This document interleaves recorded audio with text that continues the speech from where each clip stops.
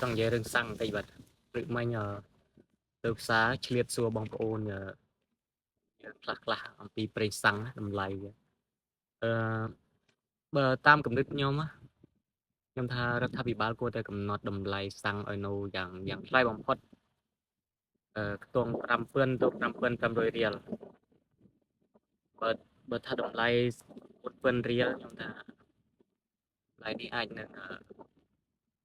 ពិបាកដល់បងប្អូនយើងដែលគិតជាអ្នកលក់សាំងជាអ្នកចំណាយចឹងខ្ញុំគិតថាអ្វីដែលសមបំផុតអានេះមិនមែនតែគំនិតខ្ញុំទេហើយខ្ញុំបានសួរមិត្តអ្នកនៅផ្សារមួយចំនួនណាខ្ញុំឆ្លៀតសួរពួកគាត់ថាតម្លៃបើថាយ៉ាងថ្លៃបំផុតខ្ទង់5,500រៀលឬក៏5,000អីអាហ្នឹងគឺអាចទទួលយកបានទាំងអ្នកទិញនិងអ្នកលក់ព្រោះពេលនេះវាតម្លៃសាំងវាឡើងមែនហើយករណីដែលថាបងប្អូនយើងមួយចំនួនដែលគិតបិទអត់ព្រមលក់អយឬក៏គិតស្តុកទូត្រូវក្នុងគ្រាឬក៏សម្រកទិញយកទៅទូខ្លួនឯងច្រើនអីកន្លែងនេះកន្លែងថាទិញយកទៅទូស្តុកឲ្យច្រើនហើយខ្ញុំអត់ថាទេសម្រាប់នឹងអ្នកគេមានលុយមាននេះគឺទិញស្តុកគេតែវាក្នុងប៉ុន្តែអ្នកដែល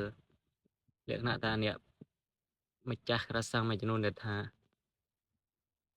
ចាក់សោមិនលក់ឲ្យគេយកទូប្រើប្រាស់ខ្លួនឯងខ្ញុំថាកន្លែងហ្នឹងវាគិតថាវាអត់សមរម្យដែរព្រោះគេត្រូវការសាំងដើម្បីធ្វើដំណើរដើម្បីរកស៊ីចាក់ឡានចាក់ម៉ូតូដើម្បីរកស៊ីបិទថាយើងទៅធ្វើចោះដល់ពេលតែអ្នករកស៊ីនេះអត់គេអត់មានសាំងចាក់គេទៅធ្វើការធ្វើអីមិនកើតសេដ្ឋកិច្ចវាកាន់តែយ៉ាប់ទៀតមានរកស៊ីមិនបាននេះសេដ្ឋកិច្ចកាន់តែធ្លាក់ទៀតហើយអញ្ចឹងកាន់តែពិបាកហើយអាការដែលមានសាំងឲ្យបិទមិនព្រមលុយគេទុកប្រើខ្លួនឯងអញ្ចឹង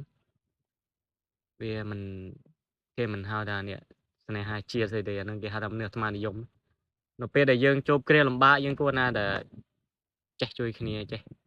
លោកលៃអានឹងមិនជាតិយើងអាចទៅមុខជុំគ្នាបានក្នុងគ្រាដែលយើងលំបាកបើយើងទៅយកអាត្មានិយមយកតែមករួចខ្លួនឯងមកស្រួលខ្លួនឯងធ្វើចាស់វាកាន់តែពិបាកទេវាកាន់តែធ្វើឲ្យសេដ្ឋកិច្ចយើងកាន់តែធ្លាក់ទេអញ្ចឹងហើយគេហៅថាអ្នកស្រឡាញ់ជាស្នេហាជាស្អីទេអានឹងគេហៅមនុស្សអាត្មានិយមអញ្ចឹងវីដេអូនេះអត់មានអ្វីច្រើនទេបាទគឺតែចង់និយាយប៉ុណ្្នឹងឯងបាទបងប្អូនគិតឃើញដូចម្ដេចជួយពិគុណដើម្បីស្ថាបនាផងបាទអរគុណច្រើន